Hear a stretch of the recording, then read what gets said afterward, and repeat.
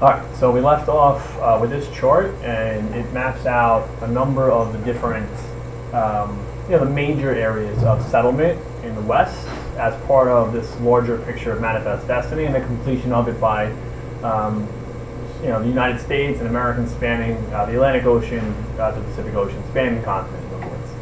Okay, so this is an image of Oregon settlement, Willamette Valley. Okay, and we want to look at the other parts of this. So you have the old Northwest. All right, so we looked at where the Northwest, right, Northerners, that contingent has been moving in a direction towards Oregon, right, settlement there. The South, though, is going to feature settlement along the Santa Fe Trail, okay, along this region here. You can see Missouri and a lot of the first settlers that left, this group that's moving west, right, from the old Southwest, which would be this region here, towards the new Southwest, are moving along what's called the Santa Fe Trail. So let's look where that takes us. One of the gentlemen who does this is Stephen Austin, okay? And Stephen Austin is a speculator in his own right. He is somebody who has bought, with the help of the Mexican government, huge help of the Mexican government, large tracts of Mexican land, okay, in the hopes of now selling it off and making fortune for himself and selling it now in turn to Americans in the South who want this land to grow that short staple cotton we referred to earlier. So let's backtrack a little bit and go over some of the history here.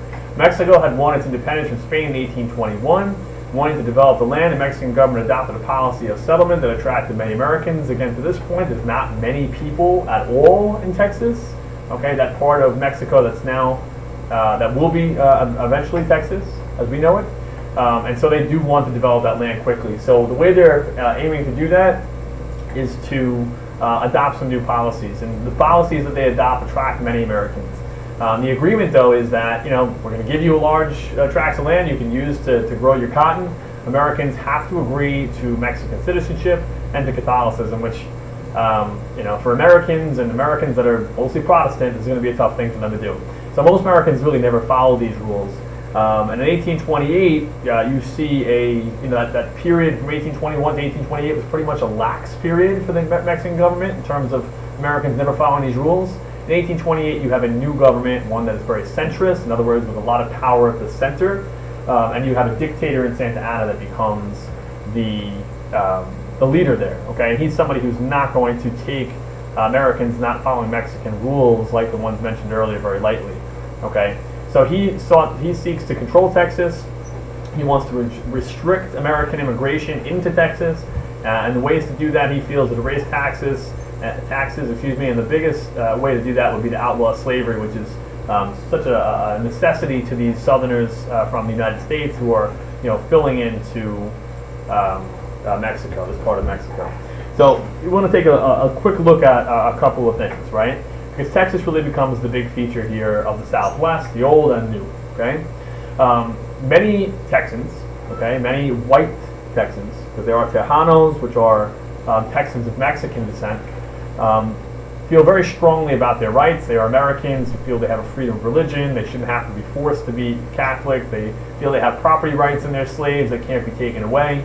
And we're going to look towards independence that they're seeking in this this section of Texas, which is now part of Mexico. All right, they'll come up with their own flag, the Lone Star flag. Okay, already intimating their desire to be part of the United States, and liberty or death. Some of the old calls for liberty or death from the American Revolution, but it will not be easily won. Okay, so to backtrack a little bit, right? We jumped quickly to a Declaration of Independence, a new flag, right? More sort of insignia that speak of revolution and independence, and we've jumped across some pretty important parts of this, right? So you have here in 1836, right, late 1830s, right, the War for Texas independence, Texan independence. Okay, so the two or three featured battles here. There's a lot going on in this map. All right, but it gives us a good idea of where we're talking about. United States being here, right? The old Southwest being here. This would be part of the new Southwest. All right. But you have very important battles at the Alamo. This is a picture of the Alamo right here. The Goliad happens a little bit later, okay, and San Jacinto, right? So you have the Alamo and Goliad, where Americans are basically butchered by Santa Anna's troops, right, grossly outnumbered, okay, and they become really the rallying cries for everything that means independence and freedom and liberty, a lot of the things we just spoke about, that are reminiscent of, the American Revolution, okay. This is an image of Davy Crockett, famous Davy Crockett, fighting and leading the fight at the Alamo. Another image of that, kind of showing some women. There were women and children who were victims in the Alamo, and just lend a little more symbolism to the freedom that's there, or should be there. And what you have at the end of the Texan War for Independence is basically a map that looks like this. You have the old Northwest up here, the old Southwest here. You have a new Republic of Texas, what they call the Lone Star State, again intimating their desire to be part of this United States. You have unorganized territory, once part of the Louisiana Purchase. You have Oregon country, again joint occupation at this point with Great Britain, right? Eventually the dividing line will be here, okay? And you have Mexico, okay? And this area in between, which is disputed by Texas, the new Republic of Texas, and Mexico. Now, a couple things we should know, okay, at this point, right? Just kind of pause here for a second. Is that Texas, okay, forced their independence through war, and literally at gunpoint, they made Santa Anna sign their Declaration of Independence, or so to speak, sign the Declaration of Independence, sign over their independence, is what I mean to say. This independence was never taken seriously by the Mexican Congress, never taken seriously by Santa Anna. So this area of dispute will still be a hostile area. Still be, there will be attacks. There'll be raids on Texas from Mexico, and there will be, small skirmishes that happen here. Okay, we've had Northerners settling up here in Oregon. We've had Southerners settling here in Texas. Now some calling themselves citizens of the Republic of Texas. So we want to kind of pause there for a minute, because we really need to give some background before we go any further. So politically, if you read with me, the Texas Republic developed after the United States rejected admission for fear of rekindling slave state, free state conflicts. All right. So the Texas Republic originally wanted to be a state in our union, in the United States. Right. The United States rejected this because they were afraid the slave-free state conflict would erupt again. The debate in Congress would erupt. So Texas says we're going to go our own way. We're going to call ourselves the Lone Star State. Makes sense, right? Within the Republic, conflicts between Anglos and Tejanos grew as Americans assumed themselves to be racially and culturally superior. So there's a lot of division within Texas, okay, between white Americans and former Mexicans, right, that were called Tejanos. So people of Mexican descent that live in Texas, called Tejanos. President Tyler, right, who took over from William Henry Harrison when he died, only 30 days in office, raised the issue of annexation, which means the addition of, right, in 1844, in this case the Union, with hopes of re-election. The debate over the ramifications of annexation ensued. So again, that debate we were trying to avoid up here is now happening. So Polk won, right? President Polk won the election in 1844 after calling for the occupation of all of Oregon. So Polk is going to use this as political leverage. Let's backtrack even more, okay? So you have a couple different things, all right? When Texas first wins its independence, Andrew Jackson is president. He is in favor of Texas independence. He's in favor of Texas even becoming part of the Union, all right? But he knows it's too highly debatable for him to get involved in politically, so he stays away from it, okay? He also feels it will hurt his successor, Martin Van Buren, a New Yorker, in becoming president, so he backs away. When Martin Van Buren does become president in 1836, he too, like Jackson, backs away from Texas. Okay, so just to explain some of the reasoning for why Texas takes so long to become the Lone Star State to actually becoming a state in the United States, it's all politics. These are all political reasons why.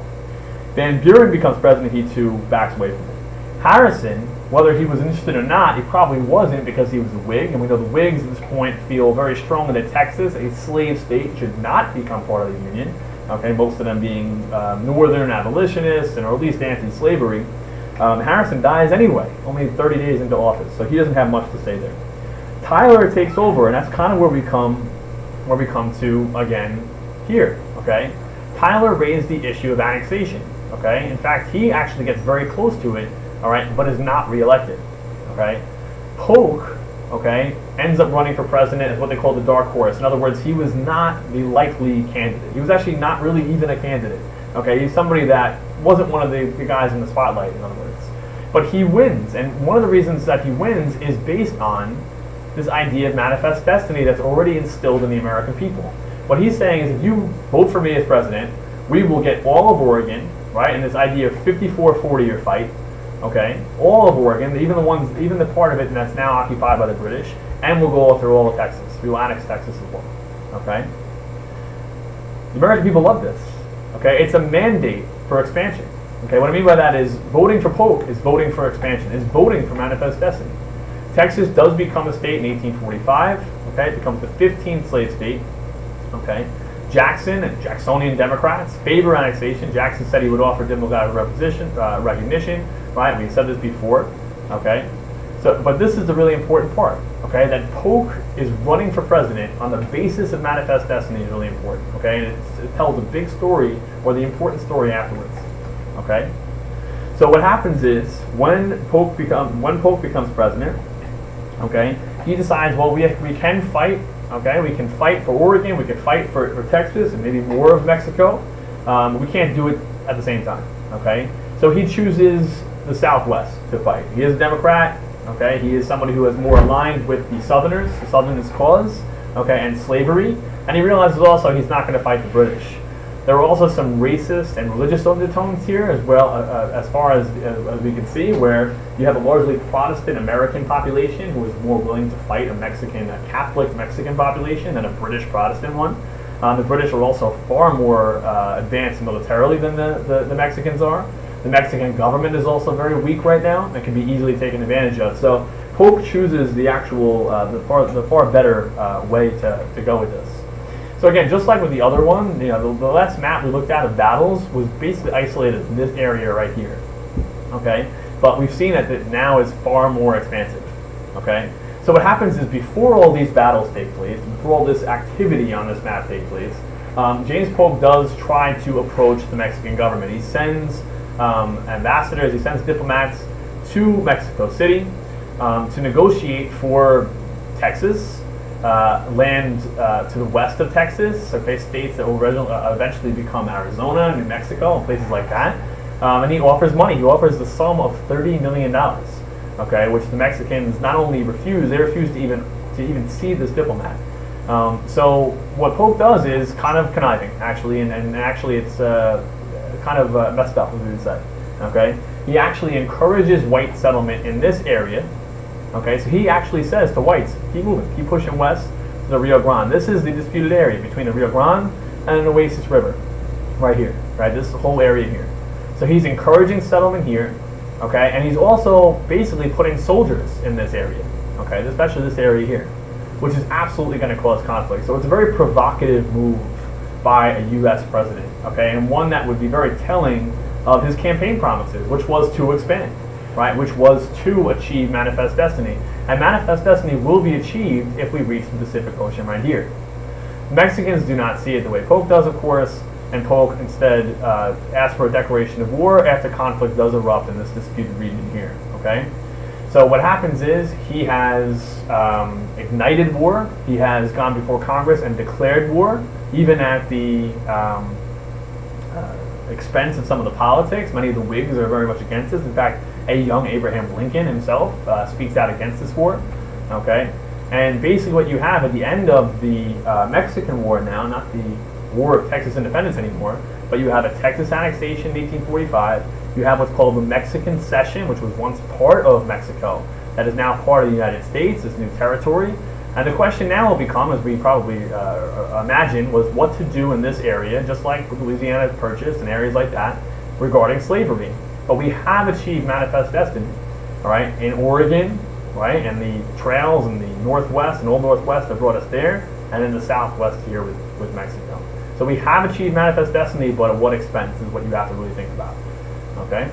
So take a look at this. If there's any questions, you can always put them under, you can obviously start a thread and we can go over some of those things, but please keep in mind you might want to look at